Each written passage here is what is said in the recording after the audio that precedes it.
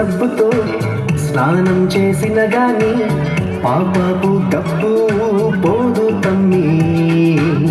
Dove షాంపూతో తల స్నానం చేసిన డర్టీ తలంపులను కడుగాలేవండి.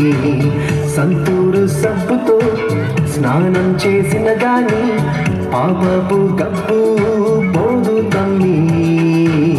డవ్ షాంపూతో తల స్నానం చేసిన డర్టీ తలంపులను కడుగాలేవండి.